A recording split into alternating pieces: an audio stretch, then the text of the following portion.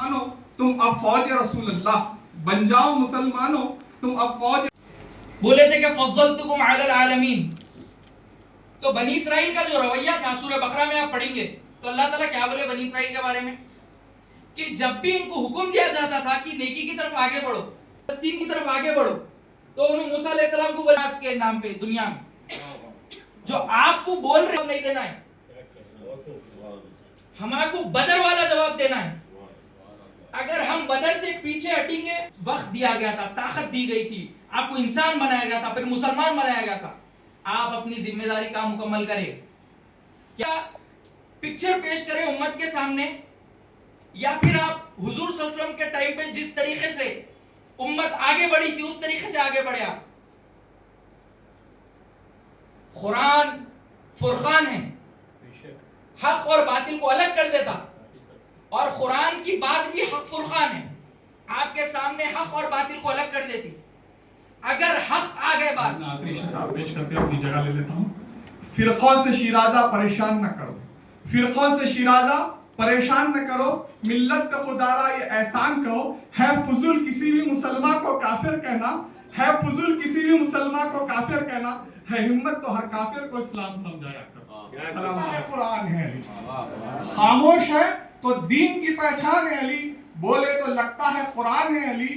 قرآن ہمیں دیتا ہے دعوت ایمان، قرآن ہمیں دیتا ہے دعوت ایمان. ایمان کہتا ہے میری جان ہے علی، ایمان کہتا ہے میری جان ہے. حضرت امام حسین علی خان کی شان میں شیطانی طاقتیں ختم ہوئی اور بنی و انسانیت میں ایکتا اور محبت پیدا ہوئی. اور آپ حضرت علی کرم اللہ وجہ کے شان میں فرماتے ہیں، ہے عجب رمز میں اللہ میں علی کی غیرت، ہے عجب رمز میں اللہ میں علی کی غیرت. اب تک نہ کوئی نام علی خلیفہ نکلا، اب تک نہ کوئی نامی علی خلیفہ نکلا. اس میں صرف حضرت حسنین کی غیرت ہی تھی، اس میں صرف حضرت حسنین کی غیرت ہی تھی. دو باپ ہو نہیں سکتے کبھی حاشا کاللہ، دو باپ ہو نہیں سکتے کبھی حاشا کاللہ. مادہ ایک ہے، مادہ ایک ہے لفظوں میں علی اور اعلیٰ، مادہ ایک ہے لفظوں میں علی اور اعلیٰ. ایک جوہر کے دو ٹکڑے ہیں علی اور اعلیٰ، ایک جوہر کے دو ٹکڑے ہیں علی اور اعلیٰ. کرم اللہ وجہ علی کی نسبت، کرم اللہ وجہ علی کی نسبت. ایک روز صاحب ثقلین نے یہ فرمایا، ایک روز صاحب ثقلین نے یہ فرمایا، علم عرفاں کا گھر ہوں میں، علم عرفاں کا گھر ہوں میں، علی اس کے دروازہ، علی اس کے دروازہ. جس کا مولا میں ہوں، جس کا مولا میں ہوں، علی اس کے مولا. پنجتن پاک کی غیرت کا تقاضا یہ تھا، پنجتن پاک کی غیرت کا تقاضا یہ تھا. اب تک نہ کوئی نام علی خلیفہ نکلا. ذات اللہ نے توحید علی میں رکھ کر اپنا اظہار کیا، جگ میں بجا کر ڈنکا، اپنا اظہار کیا، جگ میں بجا کر ڈنکا. ایک صوفی شاعر فرماتے حضرت علی کی عصر کا وقتہ شہادت امام حسین، عصر کا وقتہ شہادت امام حسین کی.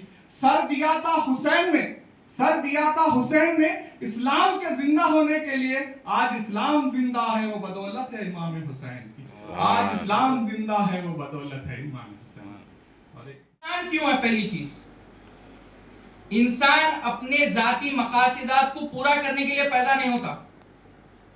انسان کی زندگی جو ہے سو ذاتی انسٹنکٹ، ذاتی بھوک ہے، وہ سب چیزوں کے لیے پیدا نہیں ہوا.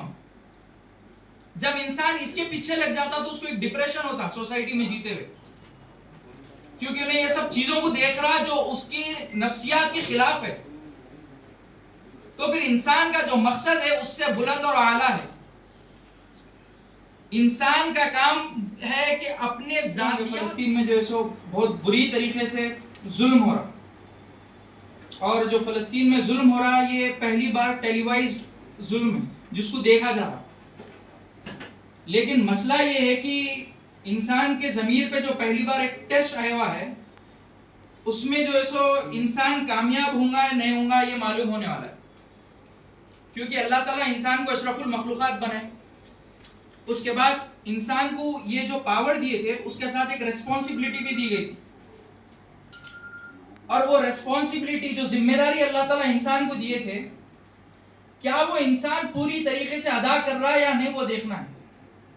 کیونکہ آپ دیکھیں گے ذات کے لیے تو جانور بھی جیتے، تو پھر انسان میں ایسا الگ کیا ہے؟ اگر ہم آج بھی سوچ نہیں پا رہے تو پھر ہم وہی لوگ ہیں جو ہسٹری میں آپ جن کا نام لکھے ہوا نہیں ہے، جو پیدا ہوئے، کھائے پیے اور مر گئے. اگر آپ لوگ زندہ ہے اس کے بارے میں رو نکو کل کے دن کہ کل کے دن ہمارا کو مار رہے تو دوسرے جنے کیوں نہیں بول رہے. جب فلسطین میں ماں اور بہنوں کو جب قتل کیا جا رہا تھا آپ کا کیا ایکشن تھا جو اللہ کے سامنے آپ پیش کر سکتے؟ اگر آپ کچھ پیش نہیں کر سکتے تو یاد رکھو آپ کا کالر پکڑنے والے فلسطین کے لوگ، کیونکہ ایک دن آنے والا ہے. دیکھو زندہ تو سب تھے، فرعون بھی تھا، موسیٰ علیہ السلام بھی تھے، ابو جہل بھی تھا، حضور صلی اللہ علیہ وسلم بھی تھے اس زمانے میں، لیکن اپنا سب جنے ٹیسٹ ادا کرے. ہدایت امت کے لیے حضور صلی اللہ علیہ وسلم چھوڑ کے چلے گئے. آج کسی کے لیے کوئی ایمبیگوٹی بچی بھی نہیں ہے کہ بھائی ہمارا کو تو نہیں معلوم تھا بولی. آج اگر کوئی کمزور ہے تو اپنی ذاتی وجہ سے، آپ کے سامنے کوئی چیز رکاوٹ نہیں تھی. اب پھر آپ بولیں گے ہم کر کیا سکتے؟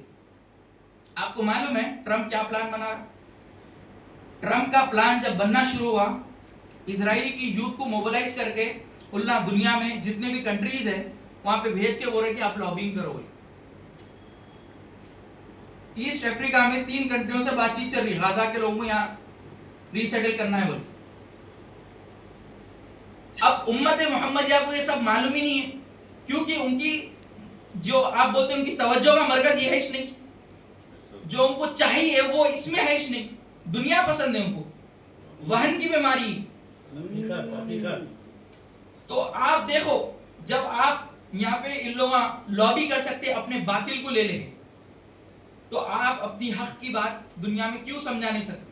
ہم لوگ 20-30 لوگ ہیں، ہم لوگ 20-30 لوگ مل کے 300 دکانوں میں بائیک آؤٹ کرے، 30,000 سائنہ ہوئے ہم لوگ، سائن پیٹیشنز لیتے ہم لوگ. آپ لوگ کتنے فل ہیں؟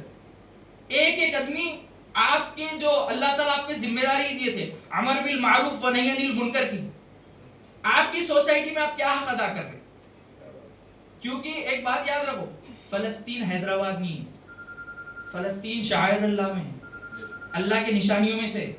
تو آپ دونوں کو سملر نہیں لے سکتے. کل کے دن میں آپ کو بولوں معاذ اللہ معاذ اللہ معاذ اللہ خانہ کعبہ پہ اٹیک ہو گیا، کیا بولتے آپ؟ چلو بھائی بولتے. تو فلسطین بھی وہ شاعر اللہ میں شامل ہے. تو آپ کی ذاتیات کو وجوہات نہیں بنا سکتے فلسطین کے معاملے میں اپنے آپ کو روکنے کے لیے.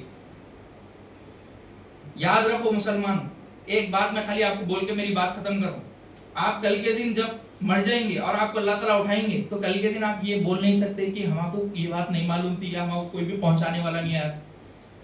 میں ذاتی طور پہ جتنے بھی میرے دوستاں ہیں یا جو بھی لوگ ہیں میں جن کو جانتا ہوں میں سب کو جا کے یہ بات بول دیتا ہوں تاکہ اللہ تعالیٰ کل کے دن میرے کو نہیں پکڑنا. اور یہ بات اس لیے بولتا ہوں کل کے دن میں آپ لوگوں کو پکڑوں گا کیونکہ میں آپ کے سامنے یہ پیغام پہنچانے آیا تھا. تو آپ لوگ اس کے بارے میں سوچو اور ڈسکشنز کرو اور عمل کی طرف آپ ایک منصوبہ بناؤ، کیونکہ آپ لوگ اپاہج نہیں ہیں، آپ لوگ مسلمان ہیں. آپ جتنا ہنو کر سکتے اس سے بہتر آپ کر سکتے، کیونکہ آپ کی توجہ اس طرف نہیں ہے اس لیے آپ لوگ غافل ہیں. ٹھیک ہے میں اپنی بات کو ختم کروں. بشيء من الخوف والجوع ونقص من الأموال والأنفس والثمرات وبشر الصابرين الذين إذا أصابتهم مصيبة قالوا إنا لله وإنا إليه راجعون أولئك عليهم صلوات من ربهم ورحمة وأولئك هم المفلحون. صدق الله العظيم. قابل احترام حضرت آغا عقیلی رضا عابدی صاحب اسٹیج پر تشریف فرما، ذاکرین کرام، علماء، دانشور صاحبین، معزز خواتین و حضرات، السلام علیکم ورحمۃ اللہ وبرکاتہ. میں سب سے پہلے تنظیم جعفری کے تمام ذمہ داران اور بالخصوص مولانا تقی رضا عابدی صاحب کو مبارکباد دیتا ہوں کہ انہوں نے یوم قدس کے آنے سے پہلے آج کی یہ علمی مجلس یہاں پر منعقد کی ہے. رہبر انقلاب آیت اللہ خمینی رحمۃ اللہ علیہ نے جو اسلامی انقلاب لایا تھا 1979 ایران میں، اس کے بعد انہوں نے اعلان فرمایا تھا کہ پورے عالم اسلام میں رمضان کے آخری جمعہ کو یوم قدس منایا جائے، اور وہی روایت ابھی تک چل رہی ہے.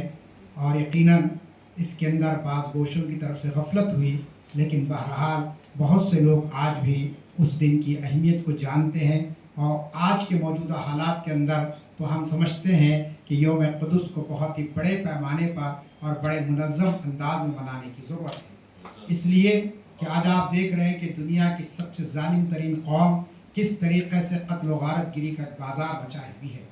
7 اکتوبر 2023 پر جب حماس نے ایک رد عمل کے طور پر حملہ کیا تھا، تو اس کے بعد 8 اکتوبر سے لے کر آپ دیکھتے ہیں کہ اسرائیل نے کس طریقے سے ایگریشن کیا اور کس طریقے سے فلسطینیوں کے یعنی معصوم بچوں پر اس نے بم برسائے۔ ایک میگزین ہے لانسٹ نام کا جو انگلینڈ سے نکلتا ہے، اور اس میں یہ مضمون شائع ہوا جو بالکل اتھینٹک ہے اور بالکل تحقیق کر کے لکھا گیا ہے، جس کے اندر یہ کہا گیا کہ اگست 2014 تک تقریباً 1 لاکھ فلسطینی جام شہادت نوش کیے ہیں، جبکہ یہاں کے اخبارات بسم اللہ الرحمن الرحیم الحمد للہ رب العالمین الصلاة والسلام علی اشرف الانبیاء والمرسلین خاتم النبیین ورحمۃ للعالمین سیدنا و مولانا ابی القاسم المصطفیٰ محمد ولعنۃ اللہ علی اعدائهم اجمعین من الآن الی قیام یوم الدین۔ اما بعد فقد قال امیر المؤمنین علی بن ابی طالب سلام اللہ علیہ کونوا للظالم خصما وللمظلوم عونا۔ دیکھیں، جیسا کہ ہم سب جانتے ہیں، میں زیادہ وقت نہیں لوں گا آپ حضرات کا، بس چند منٹوں کی زحمت ہے۔ جیسا کہ ہم سب جانتے ہیں، یہ جو کانفرنس منعقد کی گئی ہے مخصوص ہے فلسطین کے لیے۔ امام علی علیہ السلام کی حدیث ہے، مولا فرماتے ہیں کہ ظالم کے نسبت خشمگین رہو اور مظلوم کے نسبت مددگار رہو۔ آج ہم جو دیکھ رہے ہیں یہاں پر جمع ہونے کا مقصد یہ ہے کہ ہم کئی سال سے دیکھتے آ رہے ہیں کہ اسرائیل کی جو ذات ہیں، ہر چیز کی ایک ذات ہوتی ہے۔ آگ کی ذات میں جلانا ہے، اگر آگ جلائے نہ تو وہ آگ نہیں ہے۔ اسی طرح میٹھے کی ذات میں شیرینی ہے، اگر میٹھا نہ ہو تو میٹھا نہیں ہے۔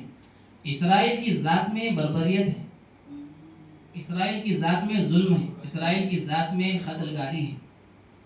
دیکھیں، آج جو عالمی طاقتیں اسرائیل کا ساتھ دے رہی ہیں، اور اب جو اسرائیل جو ایام سے گزر رہا ہے، بہت اب اسرائیل کمزور ہو چکا ہے۔ اب تک اسرائیل کا جو غبارہ تھا، ہیبت والا جو غبارہ تھا کہ لوگوں میں جو خوف تھا کہ اسرائیل ایک پاورفل کنٹری ہے، لیکن الحمدللہ وہ غبارہ پھٹ چکا ہے۔ سب نے دیکھا کہ جو ہے چند مہینے پہلے ایران نے کس طرح اس پر حملہ کیا۔ لوگوں کو یہ تصور تھا کہ اسرائیل پر کوئی غصے کی نگاہ سے تک نہیں دیکھ سکتا۔ سب نے دیکھ لیا کہ اسرائیل کو کس طرح سے مارا گیا۔ دیکھیں، اسرائیل یہ جو ظلم کر رہا ہے فلسطینیوں پر، معصوم بچوں کا قاتل ہے، معصوم خواتین کا ہے، اور اسی کی ایک شاخ آج ہم کو شام میں دیکھنے کو آ رہی ہے، سیریا میں۔ دیکھیں، اسرائیل جو ظلم کر رہا ہے، مسلمانوں پر ظلم کر رہا ہے، اور جو شام میں جو لوگ ظلم کر رہے ہیں وہ بھی مسلمانوں پر ظلم کر رہے ہیں۔ ایسا نہیں ہے کہ کوئی وہاں پر نعوذ باللہ کوئی کفار ہو یا کوئی دوسرے مذہب کے ہو، نہیں، مسلمان کو مار رہا ہے۔ لا الہ الا اللہ کا کلمہ پڑھ کر مسلمان کو مار رہا ہے۔ اب جو ہم رمضان کریم میں یہاں پر تشریف فرمائے، دیکھیں رمضان کریم میں خدا کا مقصد کیا ہے۔ اب ہم جو روزہ رہ رہے ہیں ماہ سیام میں، روزہ انسان کو آزاد کرتا ہے۔ خدا کے مہینے میں انسان جو توبہ کرتا ہے، استغفار کرتا ہے، روزہ انسان کو آزاد کرتا ہے، ہوس سے آزاد کرتا ہے، گناہوں کی بیڑیوں سے آزاد کرتا ہے۔ اور رمضان میں انسان جب آزاد ہو جاتا ہے تو حر بن جاتا ہے، اور حریت کا تقاضا یہ ہے کہ ظالم کے خلاف کھڑے ہو جائے، جس کی مثال ہم کو کربلا میں دیکھنے میں ملتی ہے۔ تو رمضان میں اب ہم جو عبادتیں کر رہے ہیں، روزے رکھ رہے ہیں، تو ہم کو اپنے اندر یہ دیکھنا چاہیے کہ کیا ہم میں حریت پیدا ہو رہی ہے یا نہیں۔ اگر حریت پیدا ہو رہی ہے تو مطلب سمجھے کہ آپ کی عبادتیں قبول ہو رہی ہیں۔ روزوں کا تقاضا یہ ہے، اور اسرائیل عنقریب دیکھے گا کہ جو ہے وہ بہت جلد نابود ہونے والا ہے انشاءاللہ، جس طرح سے رہبر معظم نے بھی فرمایا، اور امام خمینی کا، آیت اللہ خمینی کا یہ جو کہنا کہ رمضان میں الوداع جمعہ مخصوص ہے القدس سے، مسجد اقصی سے۔ دیکھیے جس طرح سے میرے سے قبل حضرات نے بیان فرمایا ہے، اس دنیا میں تقریباً 50 سے زائد اسلامک ممالک ہیں، لیکن اسرائیل کے خلاف ایک اکیلا ایران کھڑا ہے۔ میں نے کل ایک جملہ پڑھا، بہت کسی نے کہا کہ عجیب مسلمان ہیں، جب دوسرے مسلمان کو مارنا ہوتا ہے تو ہتھیاروں سے، اسلحوں سے مارتے ہیں، جب اسرائیل کو مارنا ہے تو دعاؤں سے مارتے ہیں۔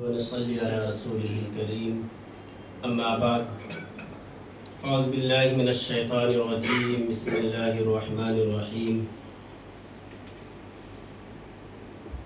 إن الله يحب الذين يقاتلون في سبيله صفا كأنهم بنيان مرصوص صدق الله العظيم. معزز سامعین کرام، اس آیت کا تلاوت کیا گیا ہے.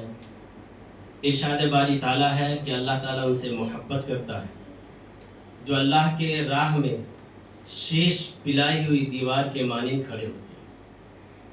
اور آج کا پروگرام کا مقصد انٹرنیشنل قدس ڈے کانفرنس، جس کی ذمہ داری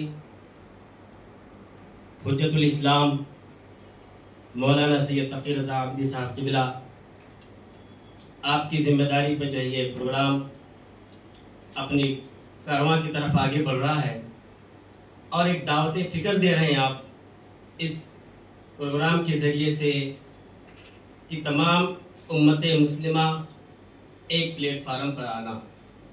اور خاص کر یہ وقت کا اہم تقاضا ہے کہ مسلمان ایک جٹ ہونا اور اپنے مقصد کو، اپنی تخلیق کے مقصد کو بھی سمجھنا کہ ہمارا مقصد کیا ہے. ایک مسلمان عقیدے کے مسئلے پر، مسلکوں کے مسئلے پر کیا کیا سمجھی کے پروپیگنڈے نہیں کیے گئے. اور یاد رکھیے صرف کلمہ طیبہ، قرآن اور محمد رسول اللہ مرکز ہے. اس پر جس کا ایمان ہے وہ سب ہم میں سے، لیکن بانٹنے کی کوشش کی جاتی ہے، ڈویژن کی بہت بڑی کوششیں کی جاتی ہیں، اور وہ ڈویژن کی کوششیں پورے نظام اور نظریے کو تباہ برباد کر دیتی ہیں. ہم بھی کبھی اسی ٹریپ میں، اس ڈویژن کے ٹریپ میں آ جاتے ہیں. تو ایک بات یاد رکھیے کہ القدس یقینی طور پر آزاد ہوگا. اللہ کا یہ وعدہ ہے، وَقُلْ جَاءَ الْحَقُّ وَزَهَقَ الْبَاطِلُ إِنَّ الْبَاطِلَ كَانَ زَهُوقًا.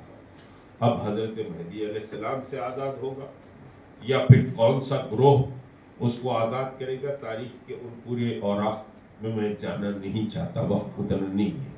لیکن ایک بات یہ ہے کہ آپ کی ہر سانس القدس کی آزادی کے لیے دھڑکنا چاہیے، اس وجہ سے کہ ہم کو اللہ کے ہاں جواب دہ ہونا ہے. جب جواب دہی کے تصور کے ساتھ ہم زندہ ہیں تو پھر ہماری ہر سانس کا حساب ہم کو دینا. فَمَنْ يَعْمَلْ مِثْقَالَ ذَرَّةٍ خَيْرًا يَرَهُ وَمَنْ يَعْمَلْ مِثْقَالَ ذَرَّةٍ شَرًّا يَرَهُ. کہ ذرے ذرے کا حساب ہم کو دینا ہے، اور اس ذرے ذرے کے حساب میں القدس کی آزادی کی تڑپ کا بھی حساب ہے، وہ درد کا بھی حساب ہے. اور آج کا یہ جو اجلاس ہے کہ ایک درد اور تڑپ ہی کی بنیاد کا اجلاس ہے. ہمارا یہاں بیٹھنا باعث اجر و ثواب. تو بدر میں ہم دیکھیں گے کہ کھانا پانی سب کچھ ختم ہو گیا. سورہ انفال کو اگر آپ پڑھ لیں، اس کی تفسیر صرف بدر کی تاریخ میں نہیں جاؤں گا. تو 313 لڑ گئے، اور کس کے سامنے لڑ گئے؟ دنیا کہہ رہی تھی کہ محمد رسول اللہ کے لشکر کو شکست ہو جائے گی.